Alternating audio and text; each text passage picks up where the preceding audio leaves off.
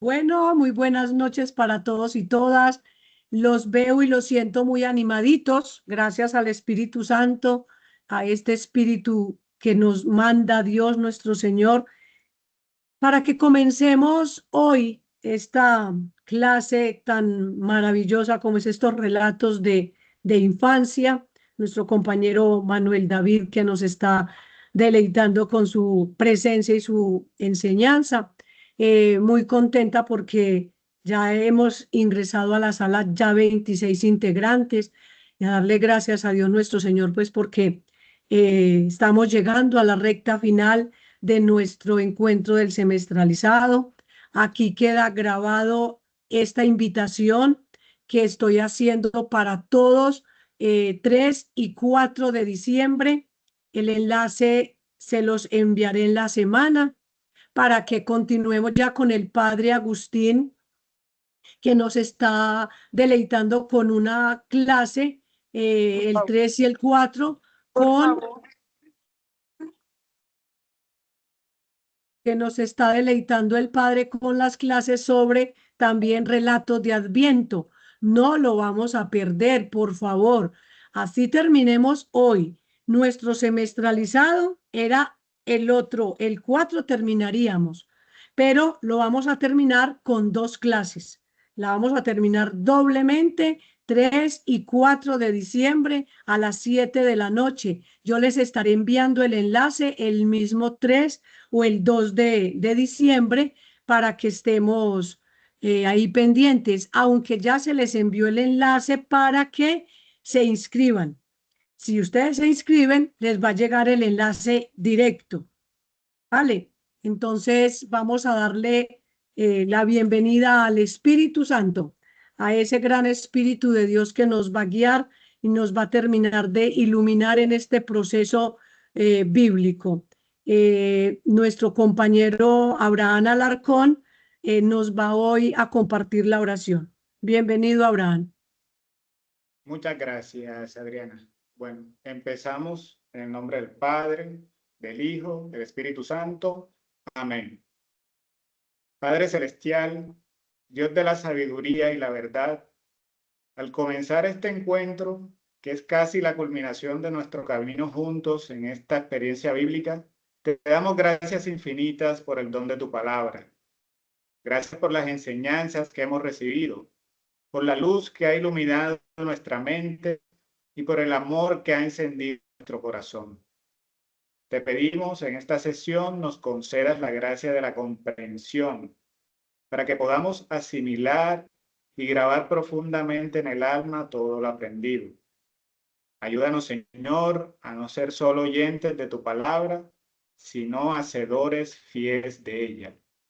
Envía a tu Espíritu Santo, Señor, para que selle en nosotros este conocimiento y nos impulse con valentía y humildad a llevar el mensaje de salvación a nuestras familias y al mundo. Que la Biblia no sea un libro cerrado, sino una lámpara a nuestros pasos en la vida diaria. Por Jesucristo nuestro Señor. Amén.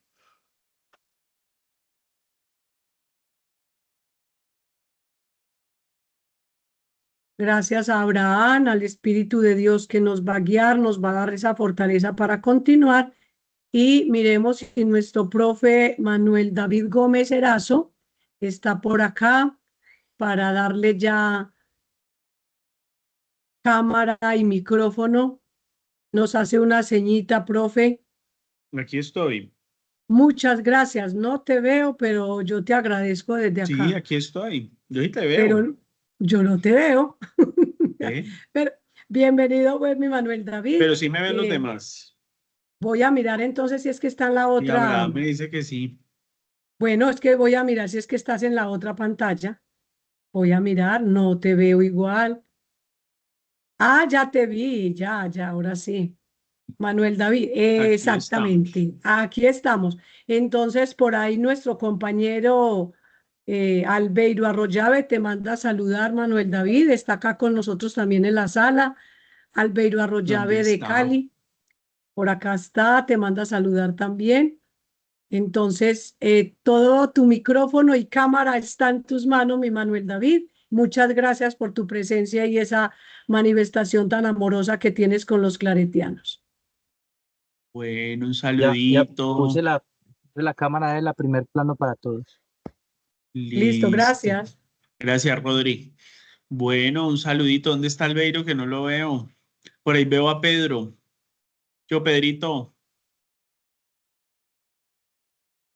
Hola, David, ¿cómo estás? Bienvenido. ¿Qué has hecho, Pedrito? ¿Cómo va todo? Muy bien, aquí llevándola. Llevándola. Ah, bueno, ahí vamos entonces. Y yo no veo al Beiro. Hace rato que yo no sé nada del Beiro. Bueno, lo saludamos entonces más tardecito. Bueno, entonces, no, pues nada, empecemos, ¿sí o no? Igual el espacio es muy cortico. Entonces, pues alcancemos a ver pinceladitas, porque como pudieron ver, pues intentamos leer los dos capítulos del Evangelio de Mateo, que son más bien cortos. Pero al final, abuelo de pájaro, pues nos tocó pum, pum, pum, pum, y pues dejar algunas cositas en el tintero. Pero yo creo que sí logramos hacer algunas persuasiones, ¿no?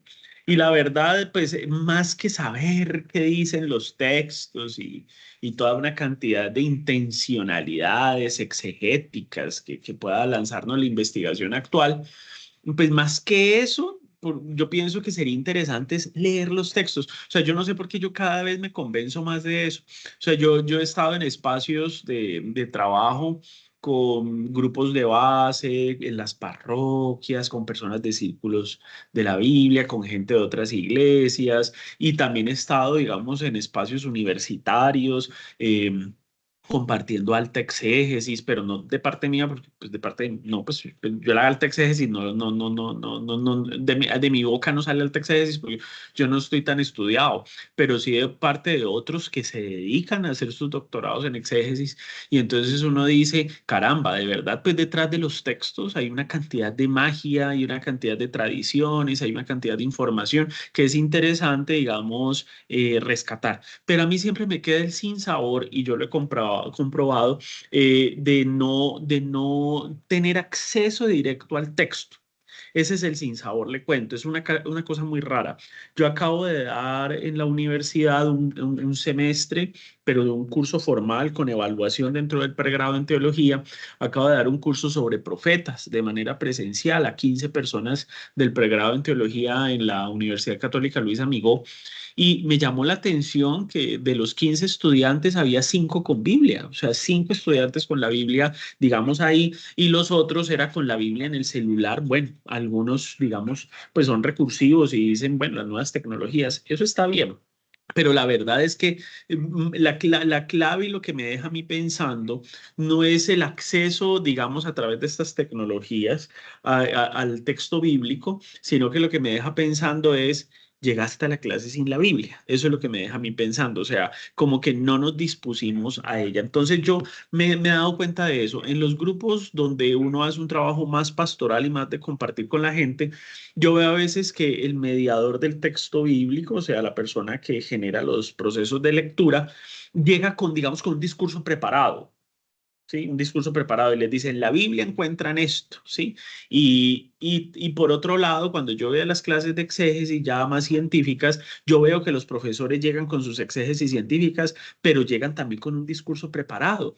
¿En qué momento el estudiante va a leer el texto? O sea, va a leer el texto como tal.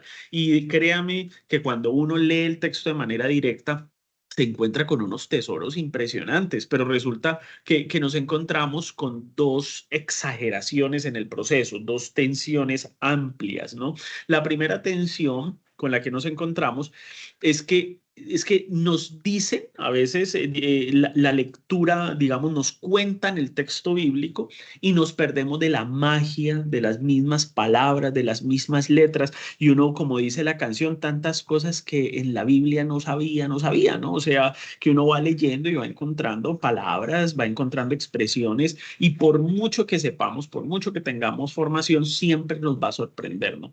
Pero por otro lado, o sea, mire esa tensión, la tensión de que me leen leen la Biblia, ¿sí? Y la otra tensión es que me cuentan la exégesis.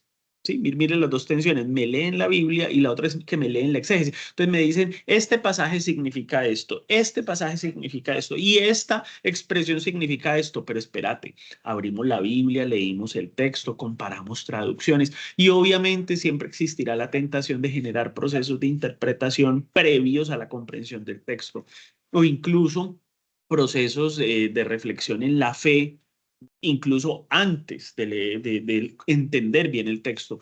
Yo no me acuerdo a quién fue que le escuché, no me acuerdo, pero es alguien muy conocido que decía difícilmente yo puedo orar un texto que no he entendido. O sea, y yo quisiera como empezar con ese dato, porque obviamente cuando nos vamos a acercar al Evangelio de Lucas, pues nos vamos a dar cuenta y espero que todos ustedes estén en este momento con su Biblia abierta y cuando yo les pida que por favor leamos, lo hagamos muy rápido para que nos rinda el tiempo lo más que podamos pues yo me quedo como pensativo, porque claro, mire que en el encuentro anterior pocas diapositivas. El día de hoy no tengo diapositivas, justamente por eso, para que podamos generar un proceso de lectura atenta del texto y miremos qué información alcancemos a sacar. Y yo pues si tengo, digamos, detalles exegéticos, pues se los estaré compartiendo. Listo. Entonces, pues nada, vamos a empezar. Ustedes están allá con la Biblia abierta y yo estoy aquí con la mía. Mi Biblia habla sola, tan habla sola que cuando la cambio no entiendo ninguna otra Biblia porque la tengo súper rayada. Esta es la Biblia con la que yo empecé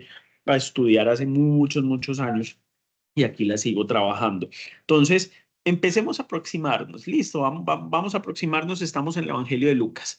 Pero antes de eso, antes de aproximarnos al Evangelio de Lucas, yo les quiero preguntar qué quedó en el tintero del encuentro anterior. Si quedó alguna pregunta, si quedó alguna duda. Si ustedes dicen, "Ay, cuando vuelva Manuel, le voy a preguntar porque me quedó sonando tal cosa", ¿no? Fíjese que yo ya tengo más o menos...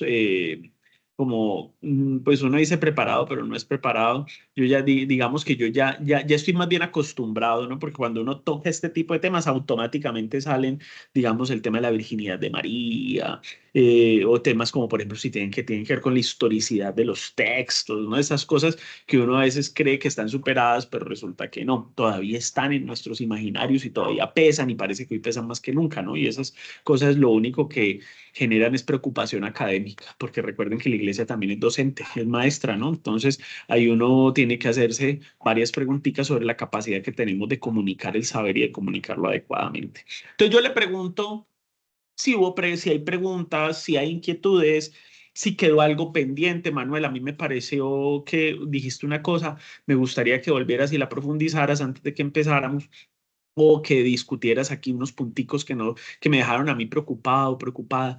Les pregunto, entonces, abramos micrófono, un minutico, 2 minuticos, si quedó algo pendiente para discutir. Norbertillo, contanos, amigo, Manuel, muy buenas noches. ¿Cómo anda ¿cómo todo? vas? Afortunadamente a la perfección, mejor no puede ser. No, me encanta Manuel, no es escuchar del... eso. Usted está mejor que yo siempre. Gracias, gracias y se lo Ajá. creo. Manuel, no es del tema, pero usted dijo que había trabajado con el padre Gonzalo la segunda parte de la matriz social triádica. ¿Dónde me consigo ese material? La segunda parte no, eso fue una experiencia muy chévere. Lo que pasa es que, bueno, hay un antecedente, no les voy a contar, digamos, el antecedente con nombres y apellidos, pero hay un antecedente, Norberto, y es que por ahí había un grupito de X personas de X universidad que estaban diciendo que habían encontrado un método y estaban apropiándose del método. Y la verdad, pues el método, pues específicamente es una reflexión de Gonzalo de la Torre e institucionalmente, pues es una reflexión de los misioneros claretianos. Y la verdad, hay que decir las cosas como son, es de los misioneros claretianos de Colombia-Venezuela, o sea, los que tienen específicamente su misión en el Pacífico colombiano. O sea, las cosas hay que decirlas así como son, y lo digo, digamos, con conocimiento de causa y con conocimiento de las fuentes. Entonces, Gonzalo tenía un modulito en la pequeñito, bueno, ese modulito se fue transformando, ¿no? los que hicieron las primeras formas de la carrera de la licenciatura en Ética y Educación Religiosa con La Salle, que después pasó a transformarse en la licenciatura en Teología con la Universidad Católica Luis Amigo, que después pasó a la autonomía universitaria de la Uniclaretiana, ¿no? La carrera de Teología, la licenciatura en Teología y Vida Religiosa y la Educación Religiosa con énfasis en Biblia, ¿sí? Esa más o menos como la historia, y ahí había unos modulitos que se llamaban la clave hermenéutica global, o sea, la hermenéutica bíblica contextualizada, pero Gonzalo a eso lo que le hizo fue el aporte de orden neuroantropológico. Ahí es donde está la clave. O sea, Gonzalo se fue cada vez más hacia el fondo, hacia el fondo, hacia el fondo, averiguando en qué consiste el fenómeno y se da cuenta, cae en la cuenta que el fenómeno exodal que ustedes vieron, o sea, pusimos el esquema, hoy no lo vamos a poner porque no lo considero tan necesario, era más que todo como para tomar conciencia de las intencionalidades teológicas y literarias del Evangelio de Mateo. Uno se da cuenta, y dice Gonzalo, que esa tensión que hay entre el proyecto del mal y el proyecto del bien y pasar por un desierto, o sea, salir de, llegar por, o sea, atravesar por, ¿sí? Salir de, atravesar el desierto y llegar a la tierra prometida. Ese esquema exodal, Gonzalo dice que se repite en todas las civilizaciones, en todas las culturas, que se queda a repetir, se repite en todas las historias, inclusive en las historias actuales. O sea, el elemento exodal es un ADN de la humanidad, eso es lo que dice Gonzalo. Y él se va a la estructura cerebral y se da cuenta que en la estructura cerebral se encuentra el método. Ahí es donde está el aporte. Entonces, ¿qué pasó? Que yo le dije a Gonzalo en su momento, vamos a sentarnos a escribir bien el método y una vez que lo tengamos bien escrito, se lo vamos a pasar a la editorial, a la Uniclaretiana, para que la Uniclaretiana lo, digamos, le haga todo el proceso y se genere el segundo volumen, porque el primero se llamaba Con Olor a Pueblo, ¿sí? Que lo publicó la Uniclaretiana en el año 2015, que son precisamente las perspectivas de la interculturalidad según Gonzalo, y después venía el método. Sí, el método que permite el diálogo intercultural. ¿Por qué? Porque presenta el esquema exodal como un dato transcultural. Entonces, pues nos encerramos, Gonzalo y yo nos encerramos una muy buena, fue como unas 2 noches o 3, 4 no fueron, de eso estoy seguro, una no fue, fueron 2 o 3, no me acuerdo, y nos sentamos a escribir el método nuevamente, pero pues eso hay un documentico. Y ese documentico se titula, yo creo que lo encuentran en internet, se llama de lo abismal de lo elemental de lo triádico a lo abismal de lo simbólico, así se llama. Eso es una frasecita que puso Gonzalo por ahí en el texto. Y resulta que, claro, yo cogí ese texto, se lo pasé a mi mamá le hizo toda la corrección de estilo para dejarlo muy bien escrito y muy bonito, y mi mamá dijo, este es el título que la obra debe tener. Por eso se llama así, de lo elemental de lo triádico a lo abismal de lo simbólico. Esa intuición fue de mi mamá, pero el título es de Gonzalo, sino que él tenía, porque el título preliminar se llamaba La matriz social triádica, un método para los evangelizadores del siglo XXI. Ese era el título que tenía la obra. Pues la verdad era una cosa como muy mecánica, pues Gonzalo pues, decía que no se le ocurrían más títulos y después pasó a llamarse este. Pero ¿qué hizo Gonzalo? Se lo dio a los agentes de pastoral y pues se perdió el carácter inédito de la obra. Eso fue lo que pasó, ¿sí? Obviamente que los derechos morales de la obra son de Gonzalo, ni más faltaba, y Gonzalo es el dueño de la obra y forma parte de la misión congregacional, pero no alcanzó a pasar por los filtros de la editorial de la universidad, lamentablemente, por una decisión de Gonzalo que en su absoluta libertad, pues él dijo, pues yo quiero que los agentes de pastoral tengan acceso a él y se lo entregó a la gente, ¿sí? Esa es la historia, Norberto, ahí te la conté en 2 minuticos. Gracias, muy amable, Manuel. Listo, entonces no ¿Hay es la que haya posibilidad segunda de... parte, no es que haya segunda No parte, sino creí que es una que era una anécdota. segunda parte.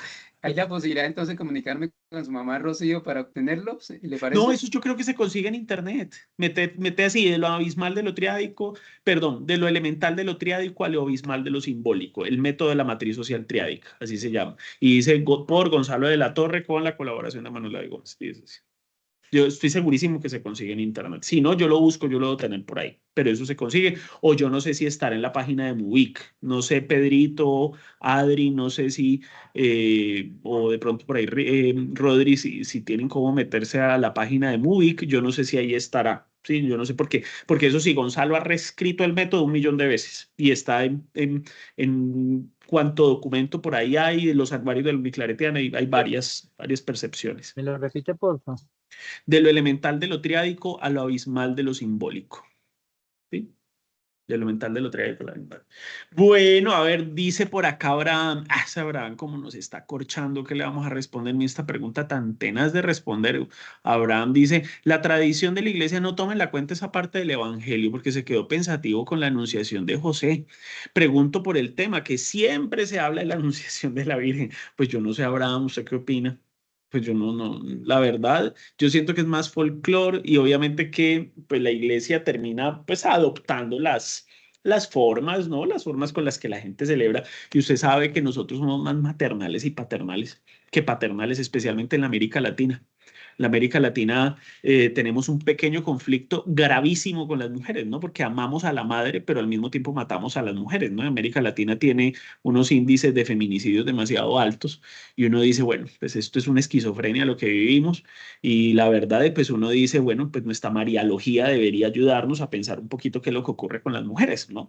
Entonces uno dice, bueno, pues la Navidad sí, la verdad nuestra Navidad latinoamericana, yo no sé en otras partes, pero nuestra Navidad latinoamericana es bastante mariana, ¿no? Entonces, bueno, la cultura eligió los textos de Lucas y no los textos de Mateo, está muy claro. Y de pronto por ahí en la historia, quizá Pedro esto tenga más elementos que yo, por ahí en la historia hubo una intención de coger y fusionar, digamos, las dos tradiciones evangélicas mal llamadas autoprohíbanse Evangelio de la infancia, no, se llaman relatos del nacimiento de Jesús, así se llaman, o relatos de la infancia, pues, pero no se llaman evangelios de la infancia, eso es un error teológico llamarlos de esa manera, ¿sí? Entonces, ¿qué hicimos? Pues algunos, entonces claro, entonces cogen la anunciación de María y por aquí cuentan la migración a Egipto y que Herodes se quería matar a los niños y los reyes magos, pero la verdad es que nos damos cuenta que son tradiciones completamente diferentes. Entonces Abraham, no sé, eso la verdad para mí eso no es la tradición de la iglesia, eso son costumbres religiosas, pues que las mismas iglesias fueron adoptando, pero en ningún momento pues no hay ninguna disposición magisterial para decir se toma María y no se toma José, o sea, eso no existe, ¿sí? Entonces, de pronto no lo llevaría hasta allá, hasta el término de por qué la tradición de la iglesia no. De pronto son nuestras tradiciones locales, pero chévere que ustedes hagan una novena invocando la anunciación a José, ¿por qué no? Eso me parece que sería interesante, ¿no? Y nos damos cuenta que, claro, pues mire, se le sale el judío a Mateo, ¿no? Aquí se le va a salir el griego a Lucas, ya vamos a ver algunas características de eso. Como te puedes dar cuenta, Abraham, no te respondí la pregunta, pero no sé si sirvió de algo la reflexión. ¿Ah? ¿Está bien así? Claro, es que llama la atención porque uno dice, ve tan charro, o sea, también hubo anunciación a José, ¿no? Y María no dijo ni mu. Entonces, ya miremos entonces aquí qué dice. ¿Hay otra pregunta, alguna otra cuestión como para tenerla ahí presente? Bueno, entonces empecemos. Mire que aquí estamos con el Evangelio de Lucas. Aquí recordemos como unas cuestiones antes de empezar. Listo, pongamos también sobre la mesa otra cuestión. Recuerden, una cosa es la tradición de Mateo, otra cosa es la tradición de Lucas. Prohibido juntarlas, mezclarlas. No, admírenlas, aprécienlas en su belleza, tal como se le presentan en Lucas, tal como se le presenta en Mateo. Por favor, no mezcle eso, si no lo mezcle. Porque si lo mezcla, pues usted va a hacer un adefesio teológico. Se lo pongo en esas palabras, literalmente un adefesio. O sea, porque entonces usted ni escucha la comunidad de Mateo, que es una comunidad bellísima, y tampoco va a escuchar la comunidad de Lucas, ¿sí? Entonces, por favor, no las mezcle. O sea, admírelas en la belleza de cómo esas tradiciones pusieron en juego su fe en Jesús y en su Pascua para poder decir, bueno, ¿y qué va a pasar con este niño, no? O sea, este niño se encuentra a la altura de los grandes personajes de la cultura grecolatina, de la cultura del Asia Menor, de la cultura europea de la época o de la cultura norteafricana. O sea, pues lo más normal es que pues si yo amo a Jesús, es que pues Jesús quede expresado pues de la mejor manera y tengo que ir a contar, digamos, cómo desde el inicio de la película pues yo ya estoy viendo que se van dando unos pasitos que me van llevando hacia el final, que es precisamente la Pascua. Entonces, ese es otro dato, o sea, dejar que el texto, o sea, estos textos que ustedes ven acá, nadie vivió 80 años antes, 100 años antes para dejarnos esto, nadie lo vivió. Entonces, ¿qué tenemos? Tenemos unas comunidades de fe que intentan interpretar teológicamente a ese niño y decir, si este señor adulto fue así como fue, pues muy seguramente es porque desde niño ya se veía la promesa de que fuera de esta manera, ¿sí? Eso es lo que está ahí en juego. Y otro dato, pues que así como Mateo es una comunidad de cristianos judíos, el Evangelio de Mateo es un evangelio judío, de costumbres judías, de ideas judías, de pensamiento judío, y como puede darse cuenta, pues usted ya se dio, pues ya vio, o sea, esos relatos hablan de Jesús como el próximo Mesías y como el nuevo Moisés. Mire esos datos. Aquí estos textos de Lucas no van a hablar de eso. Sí, sí van a hablar de eso, pero tienen otra preocupación, le genera otro detalle, ¿sí? Otra preocupación. ¿En dónde está esa preocupación específicamente? Y ahí nos vamos a dar cuenta de otro dato. Y es que a diferencia de Mateo, Lucas tiene otras intencionalidades teológicas. O sea, a Mateo, listo, Jesús es el Mesías, lo da por hecho y ya vamos a ver todos los títulos que utiliza, pero el asunto es que le preocupa otra cosa, otra cosa. Mire que la genealogía con la que empezaba el relato de la infancia de Mateo, la genealogía encumbraba a Jesús prácticamente, digamos, a demostrar que viene del estirpe de David. Pero fíjese que aquí en estos relatos no vamos a encontrar al inicio de la genealogía va a estar en el capítulo 3, o sea que la pregunta de Mateo, de Lucas por la proveniencia de Jesús no va en esa línea, va en otra, ¿no? ¿Cuál es la intencionalidad de Mateo en materia cristológica, en materia teológica? Más que decir que Jesús es el Mesías, Lucas, que se escribe un poco más adelante que Mateo, o sea, las iglesias cristianas hacen una reflexión más profunda y más larga y más histórica, ¿sí? Más lejitos, un poquito más lejitos y es más reciente que los otros textos. Para Lucas va a ser muy importante demostrar, justificar teológicamente que Jesús es el Hijo de Dios. Punto. Así es Mesías, ni más faltaba. Pero usted va a ver que los textos enfatizan más la divinidad de Jesús. ¿Sí? Más la divinidad de Jesús, primer dato. Y segundo dato, el Evangelio de Lucas le preocupa mucho el asunto de la compasión. Para Lucas la compasión es fundamental. Para Marcos y para Mateo no es importante. Sí, ya les dije, es importante. Pero uno se da cuenta que Lucas le da como más fuerza a eso. ¿Sí? Para Marcos y para Mateo, entonces no era importante el tema del Hijo de Dios, sí, sí es importante, pero tenían otras preocupaciones y por lo tanto no lo enfatizan tanto como el Evangelio de Lucas, ¿sí? Entonces, esas ideas nos quedan sirviendo para lo que vamos a leer a continuación. Gracias, Rodri. Vea, Rodri ahí encontró el documento, pues ahí lo pueden leer. Sí, el documento existe, no es un arcano, o sea, no es un apócrifo de Gonzalo, ese es el texto, pero pues nunca se publicó, simplemente se puso, Gonzalo lo hizo circular entre los estudiantes y está en la mano de muchas personas. Pero sí, ese documento es el documento más avanzado que escribió Gonzalo en términos de la matriz social triádica. Ya de ahí hacia atrás todo es, digamos, una construcción inicial, pero lo más avanzado es ese documento. Ya de ahí en adelante todo se ha basado es en este estudio que ahí les acabo de compartir Rodrigo. Muchísimas gracias, Rodri. Vamos entonces a empezar rápidamente. Miremos el prólogo, ver capítulo 1, versículo 4, el prólogo que está dedicado a un Teófilo. Ese Teófilo no sabemos quién es, ¿sí? Pero parece que puede ser un personaje literario. Teo, Dios, Filo, amor, amor de Dios, el que ama a Dios, excelentísimo sujeto que ama a Dios. Si usted ama a Dios, pues a lo mejor el Evangelio de Lucas está dirigido a usted. Listo, a ver, ¿quién empieza a leer? Por favor, empecemos a leer rápidamente. ¿Quién empieza a leer por ahí?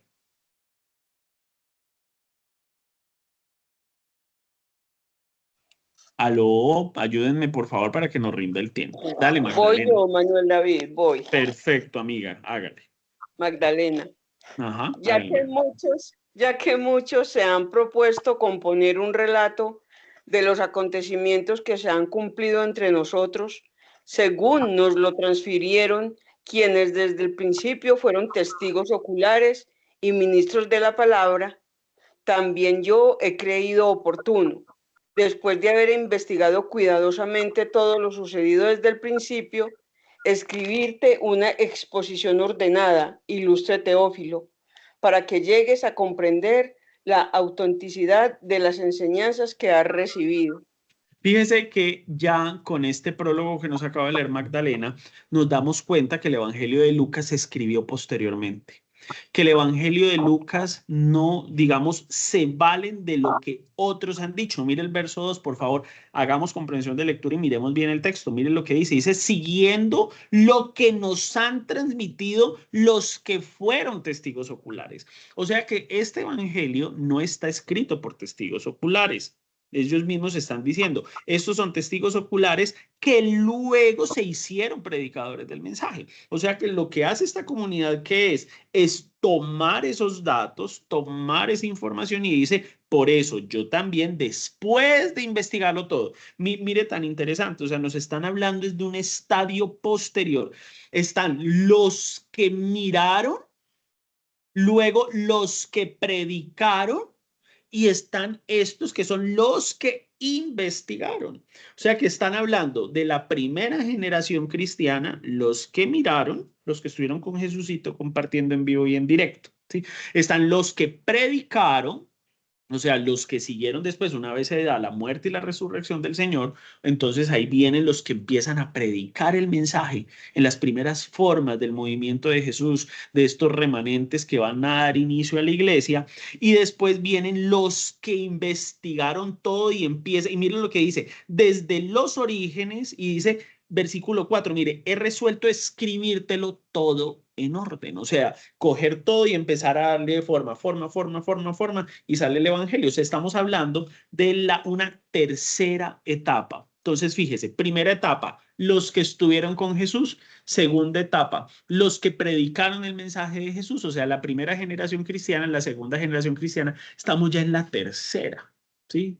Que corresponde a la segunda generación apostólica, ¿sí? O sea, la primera generación apostólica son los que predicaron el mensaje, o sea, los que siguieron después de los testigos oculares. Y la tercera generación, o sea, corresponde a aquellos que organizaron la información de lo que se está predicando. Entonces, fíjese, los evangelios corresponden a un estado muy posterior de la reflexión. O sea, que nos encontramos con una teología muy fina.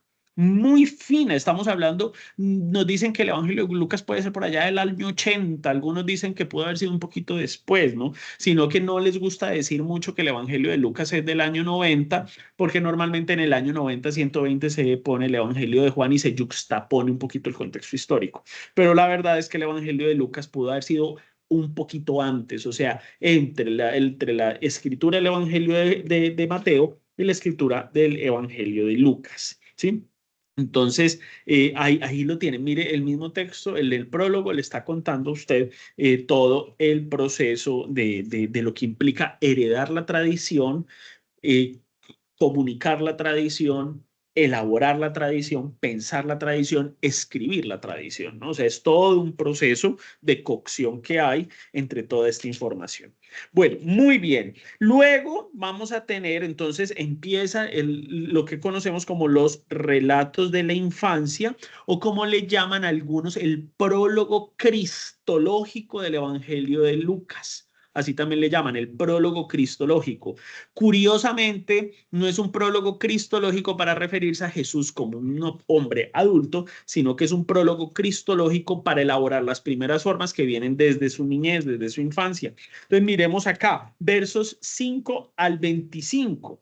Encontramos el nacimiento de Juan el Bautista. Aquí vamos a pillarnos de pronto una pequeña clave que tenemos. O sea, esto le vamos a llamar ya dijimos, el prólogo cristológico. Listo, esto le vamos a llamar prólogo cristológico. Y yo quiero que nos pillemos aquí algo. Fíjese, antes del prólogo cristológico tuvimos la introducción, ¿no?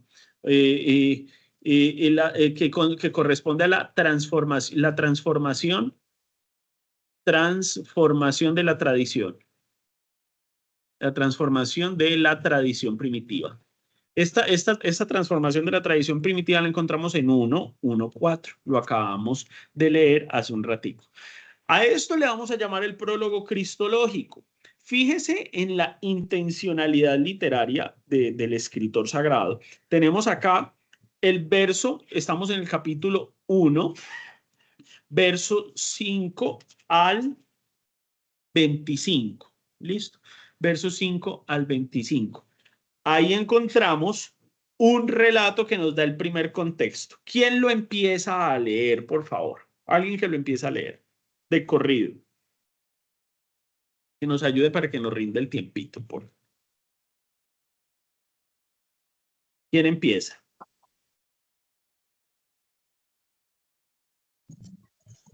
¿Quieres que siga? Dale, Magdalena. En tiempos de Herodes, rey de Judea, había un sacerdote llamado Zacarías del grupo de Abías. Su mujer era descendiente de Aarón y se llamaba Isabel. Los dos eran rectos a los ojos de Dios y vivían irreprochablemente de acuerdo con los mandatos y preceptos del Señor. No tenían hijos porque Isabel era estéril y los dos eran de edad avanzada. Mira ahí que ya Una vez vamos haciendo un comentariecito. Gracias, Magdalena, pero no se desconecte para que continúes la lectura. Fíjese Esa es que... Ana Esther, la que le acabo de leer. Ana Esther es la que acabo de leer. pensé que era Magdalena, porque como me dijo, continúo. Tranquilo, hágale. Hágale, Ana Esther, deme un segundito. Fíjese que el Evangelio de Lucas, a pesar de escribirse posteriormente al Evangelio de Mateo, nos conecta con el Evangelio de Mateo en el primer versículo, en tiempos de Herodes, un rey judío.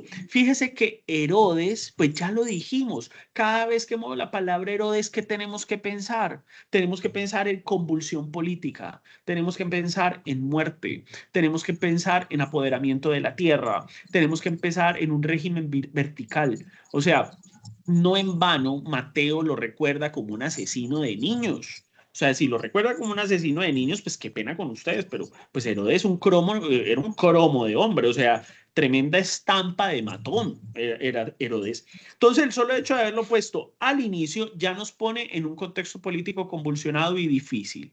O sea, ya nos está haciendo ahí la entrada y de repeso nos pone en un marco judío con una mujer estéril, con dos personas de edad avanzada, no pueden tener hijos, pero eran de tradición israelita. Fíjese ahí, eran descendientes de Aarón, Zacarías e Isabel, ¿no? Ahí ya sabemos bien quiénes son ellos y qué es la historia que nos van a contar. Continúa, Ana. Ana, continúa. Aló. Hola. ¿Se fue la señora? Ana Isabel o Magdalena, miren a Les ver pido, cuántas por favor, que con los a de ver, su un paréntesis didáctico, por favor. Intentemos, por favor, que sea avanzada la lectura, porque si no, no nos va a alcanzar el tiempo. Es que nada más es una horita. ¿Listo? Entonces, por favor, para que si una persona no empieza a leer, para que otra persona conecte y continúe la lectura, para que lo podamos hacer un poquito más comunitariamente. A ver, hagámosle. Escuchemos. ¿Quién estaba leyendo? ¿Puedo continuar? Sí, claro. Una vez que con los de su un día, grupo, A ver, ¿quién iba a empezar a leer? un día en que al Eso. grupo sacerdotal de Zacarías le tocó el turno de oficiar delante de Dios, según era costumbre entre los sacerdotes, le tocó en suerte a Zacarías entrar en el santuario del templo del Señor para quemar incienso. Mientras se quemaba el incienso, todo el pueblo estaba orando afuera. En esto se le apareció a Zacarías un ángel del Señor de pie al lado derecho del altar del incienso. Al ver al ángel, Zacarías se quedó sorprendido y lleno de miedo. Pero el ángel le dijo: Zacarías, no tengas miedo, porque Dios ha oído tu oración y tu esposa Isabel te va a dar un hijo al que pondrás por nombre Juan. Tú te llenarás de gozo y muchos se alegrarán de su nacimiento, porque tu hijo va a ser grande delante del Señor. No tomará vino ni licor y estará lleno del Espíritu Santo desde antes de nacer. Hará que muchos de la nación de Israel se vuelvan al Señor su Dios. Este Juan irá delante del Señor con el espíritu y el poder del profeta Elías, para reconciliar a los padres con los hijos y para que los rebeldes aprendan a obedecer. De este modo preparará al pueblo para recibir al Señor. Zacarías preguntó al ángel: ¿cómo puedo estar seguro de esto? Porque yo soy muy anciano y mi esposa también. El ángel le contestó: yo soy Gabriel y estoy al servicio de Dios. Él me mandó a hablar contigo y darte estas buenas noticias. Pero ahora, como no has creído lo que te he dicho, vas a quedarte mudo. No podrás hablar hasta que a su debido tiempo suceda todo esto. Mientras tanto, la gente estaba afuera esperando a Zacarías y preguntándose por qué tardaba tanto en salir del santuario. Cuando al fin salió, no les podía hablar. Entonces se dieron cuenta de que había tenido una visión en el santuario, pues les hablaba por señas, y siguió así sin poder hablar. Cumplido su servicio, Zacarías se fue a su casa. Después de esto, su esposa Isabel quedó encinta y durante 5 meses no salió de su casa, pensando: el Señor me ha hecho esto ahora, para que la gente ya no me desprecie. Muy bien. A ver, así como lo leyó nuestra compañera, ¿ustedes qué elementos familiares encontraron a otros relatos que antes han escuchado? A ver, prendamos rápidamente los micrófonos. ¿Qué elementos encontramos ahí semejantes? ¿O les pareció un relato completamente nuevo? ¿De qué se trata el relato? ¿Qué vieron ahí? Una palabrita clave que hayan visto ahí. Anunciación. Excelente, una anunciación. ¿Y es una anunciación a quién? Pues ¿De quién a quién? Primero fue después en este caso es del arcángel Gabriel a Zacarías. Ajá, es una anunciación de Gabriel a Zacarías. A Zacarías, muy bien. ¿Y qué ocurre en esa anunciación? Ocurre que Zacarías no le creyó y que entonces quedó mudo hasta más adelante. Ajá, quedó mudo. ¿Pero qué le anunció Gabriel a Zacarías? Y anunció que su esposa, a pesar de que ambos estaban muy ancianos y ella era estéril, que ella quedaría encinta y que nacería, tendrían un hijo que se llamaría Juan y que sería como el precursor de otro que vendría más adelante. ¿Zacarías creyó inmediatamente? No, por No. eso quedó mudo, por eso él dijo: oiga, pero mire qué dice, pero tú qué garantía me das de eso. Fíjese tan interesante.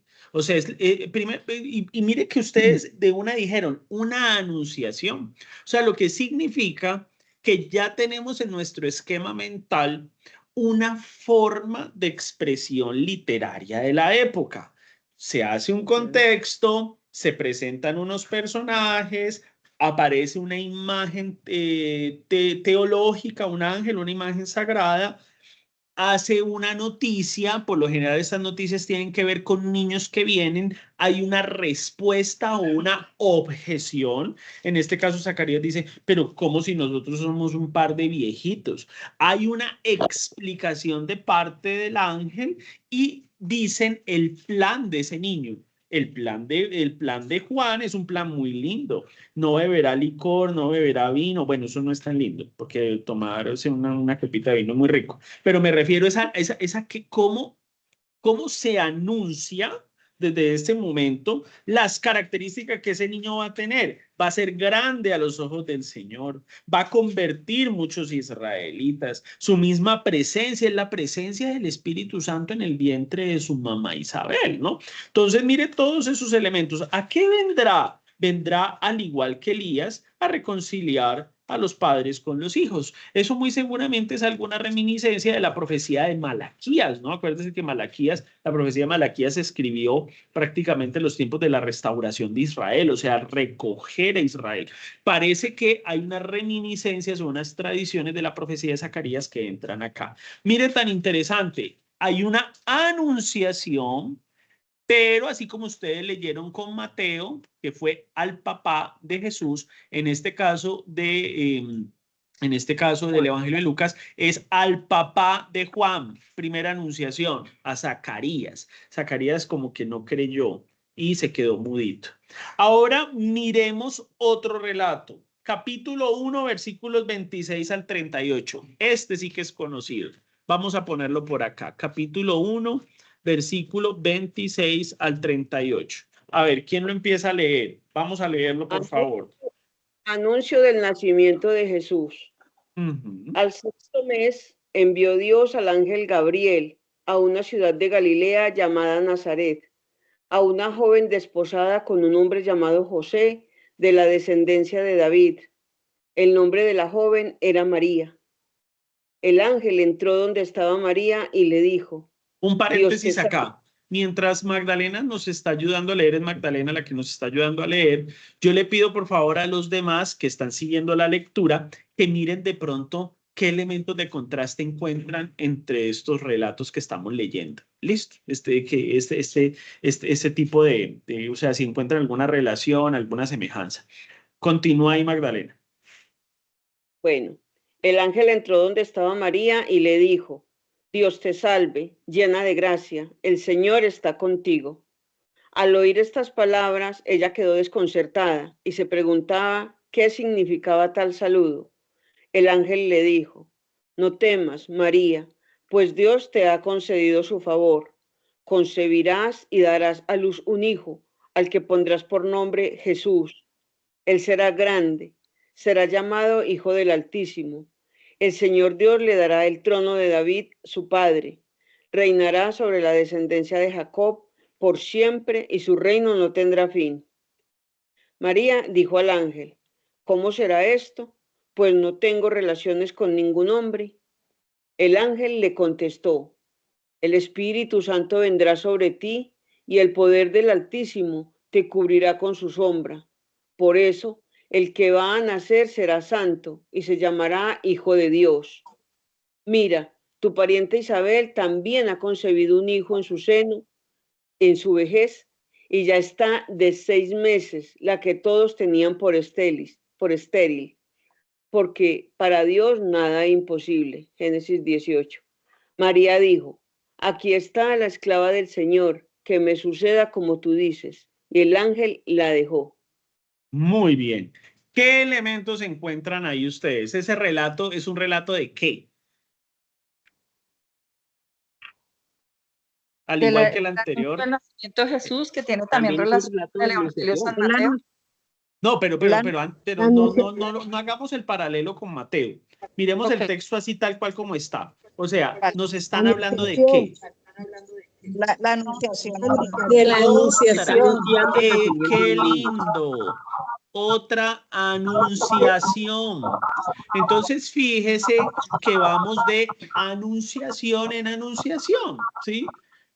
O sea, ustedes mire que cuando hablamos de Zacarías le dijeron de una anunciación, pero cuando hablamos de anunciación, como bien lo expresó hace un rato maravillosamente Abraham dijo: caramba, pero siempre que hablamos de anunciación, hablamos de la anunciación a María, pero no hablamos de la anunciación a José. Pero resulta que aquí también hay otra anunciación, es la anunciación a Zacarías. Y resulta que la anunciación a Zacarías sobre el nacimiento de Juan y el embarazo casi que imposible de Isabel, pues aquí nos encontramos con un relato que tiene características semejantes, ¿sí? Entonces, esta anunciación se la manda ¿a quién? ¿Quién la manda y a quién se le dirige? Directamente a Dios a María. Pero Dios ¿a través de quién? A través del ángel. ¿Ah? A través del arcángel Gabriel. Ángel. Ajá, el anuncio de Gabriel, y en este caso es a María. ¿Sí? Miren tan interesante. Sí, miren, tan interesante. O sea, aquí aparece María. María. Aquí, por ejemplo, en el caso de Zacarías, su esposa es Isabel. En el caso de María, su esposo es José. Mire que aquí José no tiene protagonismo. Aquí José aparece solamente en el trasfondo. Y en este caso, la imposibilidad del embarazo de Zacarías es porque estaban ancianos. En este caso, la imposibilidad del embarazo es ¿por qué? Porque no conoce ningún hombre, porque no ha Ajá, conocido porque ningún ella es varón. virgen. Porque ella es virgen. Y podríamos decir, ella es virgen, pero igual tendrán a Jesús. ¿Sí se da cuenta?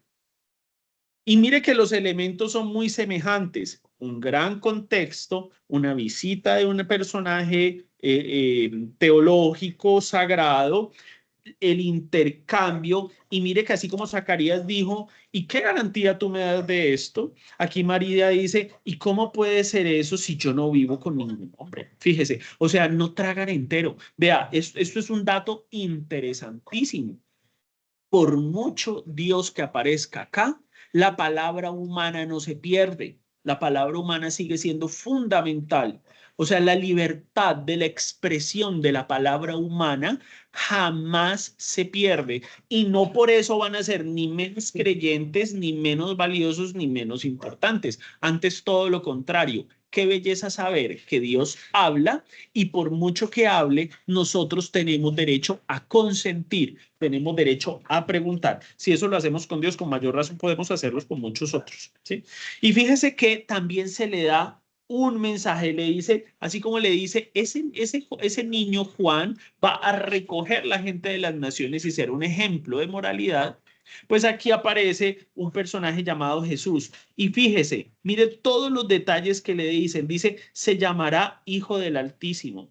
El Señor Dios le dará la casa de David, que es su antepasado. Reinará por siempre en la casa de Jacob. Su reinado no tendrá fin. Fíjese que, pues si bien estos elementos están hablando de su mesianidad, hay también en juego unos elementos de eternidad, del Altísimo. Viene de los antepasados, viene del inicio y no tendrá fin. O sea que nos están diciendo que este niño no es un niño cualquiera.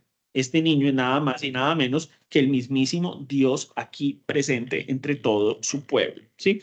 Ahora, mire que el ángel, así como lo hizo con Juan, así como lo hizo con Zacarías, que le dijo, mire, a ver, parce, yo soy Gabriel, ¿sí? Y yo estoy a las órdenes de Dios. Lo mismo acá, a ver, María, el Espíritu Santo bajará sobre ti y la fuerza del Altísimo te cura. O sea, confía a pesar de todo. Aquí hay unos elementos que a mí me parece muy interesante, me parecería muy interesante que los pudiéramos rescatar en este tiempo ya que nos queda, porque es de 1 hora y media. Fíjense que aquí hay unos elementos que sería muy interesante rescatar, ¿sí? Cuando el ángel le habla a María, lo primero que le dice es que, a ver, miren sus traducciones. Verso 28, la joven se llamaba María y cuando se encuentra, él le dice ¿qué? Alégrate. Le dice, Salve muy favorecida. alégrate. ¿Qué otra traducción hay por ahí? Salve muy Dios, favorecida. llena de Salve, gracia. llena de gracia, favorecida. O sea, no nos quedemos en la literalidad de las palabras. Pensemos qué hay detrás de esas palabras. El texto nos está escondiendo algo. Yo me he encontrado con dos versiones de interpretación de esta escena. O sea, por un lado es un saludo muy normal, un saludo muy occidental propio de la cultura grecorromana. Salve, ¿no?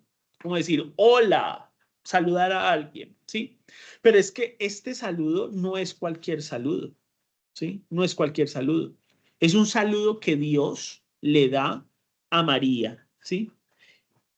Y si vemos la expresión en griego, le dice Jaire, ¿no? alégrate, muy seguramente esa es la traducción. Por eso que hay un razonamiento teológico equivocado acá, que dicen, no, es que le dicen Dios te salve, o sea, como quien dice que venga Dios y salve a María, o sea, le hacen una lectura como de salvación, pero la verdad es que esa lectura, dicen muchos, no sería la Dios más te adecuada. saluda, María. Dígame. ¿Qué? Dios te saluda, María.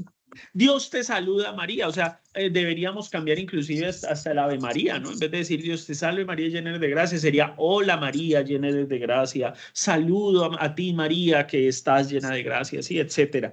Sin embargo, los estudiosos están de acuerdo con que este texto debería empezar diciendo alégrate. Si el texto dice alégrate, que eso no necesariamente es un saludo, es un ángel que le está diciendo a alguien que hay motivos para estar alegre, ¿sí? Y le dice, además de eso, le dice favorecida, llena de gracia. ¿Qué es la gracia? ¿Qué es la gracia? A ver, definámosla rápidamente. ¿Qué es la gracia?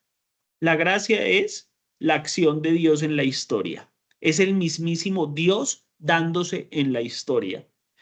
Y si Dios se da, ¿qué es lo que da Dios? A ver, rápidamente, ¿qué es lo que da Dios? ¿Sí? La salvación. Sí, pero ¿qué es la salvación? O sea, Su Dios, reino. ¿cómo hemos definido a Dios históricamente? ¿Que Dios es qué? Misericordioso. O sea, Dios es Amor. amor, muy bien.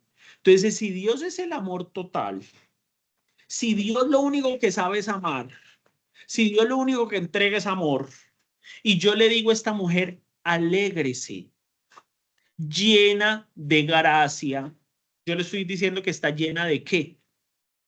De amor. De amor.